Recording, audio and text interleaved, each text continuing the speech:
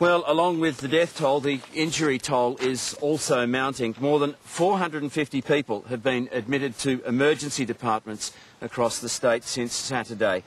Dozens of adults and children remain in hospital, and 10 of them, including a young girl, are still on the critical list.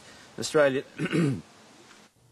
For those who didn't make it out, the State Coroner's Office is establishing a temporary morgue to cope with the mounting death toll. Then there are the survivors. Another bushfire casualty arrived at the Alfred Hospital this morning. This time it was a 63-year-old woman who was critically injured when a burning tree fell onto a car in which she was travelling south of Broadford. Inside the burns unit are 20 more patients.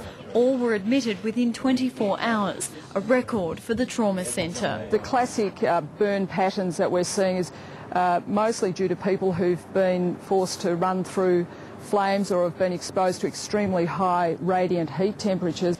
Doctors who treated victims of the Bali bombings say this is so much worse. I mean, this is by far the worst disaster I've ever been involved with. All have burns of between 30 and 50% to their bodies and will spend at least 3 weeks here. For many, there are physiological problems and, of course, grief.